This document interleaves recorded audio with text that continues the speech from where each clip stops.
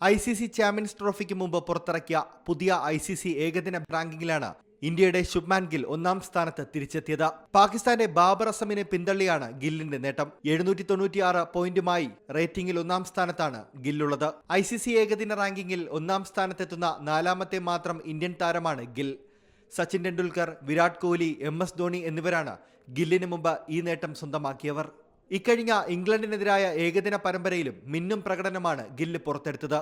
അതേസമയം ത്രിരാഷ്ട്ര പരമ്പരയിൽ ഉൾപ്പെടെ നിറം മങ്ങിയ ബാബർ 773 റേറ്റിംഗ് പോയിന്റുമായി രണ്ടാം സ്ഥാനത്തേക്ക് വീഴുകയായിരുന്നു.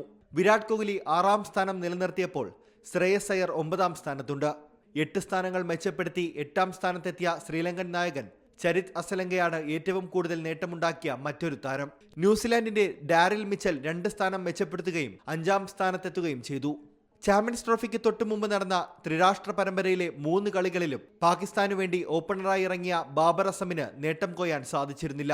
20.67 മാത്രം ശരാശരിയിൽ 62 റൺസ് മാത്രമേ കൂട്ടിച്ചേർക്കാൻ ബാബറിന് സാധിച്ചുള്ളൂ.